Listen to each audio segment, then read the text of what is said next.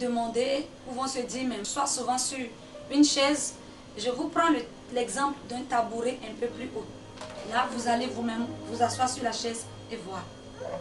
Je prends mon tabouret haut. Je vais m'asseoir.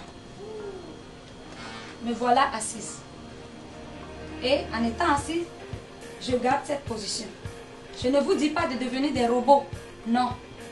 Mais d'être souple dans vos activités, dans vos exercices, dans vos pratiques. Je suis comme ça, là je suis droite.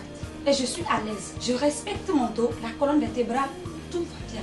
Le pied est posé, c'est bon. Mais d'autres sont comme ça. C'est en ce moment, ils sont bien à l'aise. Comme ça, là, ils sont à l'aise, quoi. Je vous en prie. Ce n'est pas une bonne position. Parce que vous risquez de développer de dorsalgie. Ou on est comme ça. On est bien à l'aise. Non. Or, si tu demandes, c'est que je suis habituée. On ne sera plus habitué cette fois-ci. Voilà, c'est une bonne position. Même en étant sur une chaise, tu t'avances, tu t'adosses un peu et tu es à l'aise et tu travailles sur ton ordinateur. Tu es droit. Tu es bien. Rien ne dérange jusque-là. Mais il y a aussi notre ordinateur que nous utilisons. D'autres, voilà leur banc, la cuisse. Ils aiment poser l'ordinateur sur la cuisse, s'il vous plaît. Les radiations, c'est beaucoup. Ça là, ce n'est pas un banc. La cuisse n'est pas un banc. Tu n'as pas fait la cuisse pour qu'on pose l'ordinateur là-dessus. Le courant qui traverse l'ordinateur avant qu'on ne travaille, c'est beaucoup d'intensité. Je vous en prie. Ce n'est pas bon. On ne travaille pas avec l'ordinateur sur la cuisse. Je vais me permettre de me lever. Je prends un moment avant de me bouger. Parce que dès qu'on se lève, on ne précipite pas les pas en même temps. Non. Parce qu'on se lève, on prend un moment, on est debout et on cherche son équilibre, puis on marche. Et c'est ça l'idéal. D'autres sont debout. Et les enfants aussi le font. L'enfant voit son papa comme ça. Le garçon grandit comme ça. Mais non, papa, s'il te plaît, corrige. Soyons droits.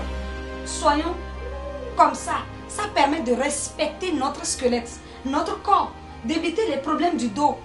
Parce que comme ça, avec le dos voûté, vous n'êtes pas à l'aise. Vous n'êtes pas équilibré. Non. Même mes chères sœurs, ça c'est le luxe pour marcher. Elles font comme ça, puis voilà, c'est la marche, c'est la démarche. Non, s'il vous plaît. Vous aurez des problèmes du dos. Vous aurez mal au bas du dos. Vous allez commencer par après à la maison vous dire, mais il semble que j'ai mal au dos. Hein. C'est parce que tu as bien marché dans la vie que tu dois avoir mal au dos. Essayons d'être toujours droit. D'autres dispositions militaires. C'est les militaires même qui ont bien compris. Et ils sont tout le temps comme ça. Poitrine dégagée. Et comme ça même, on respire bien. Si on est droit, on respire bien. Mais si on est comme ça, on compresse le poumon et le diaphragme. Ce n'est pas bon. Dégagez-vous. Marchez librement. Ne précipitez pas les pas. Allez un à un. Et ça, je vous assure, vous êtes en train de garantir votre meilleure santé. Donc, nous allons aussi nous apprendre encore comment prendre un objet par terre, comment déposer un objet et comment enlever l'habitude de le faire.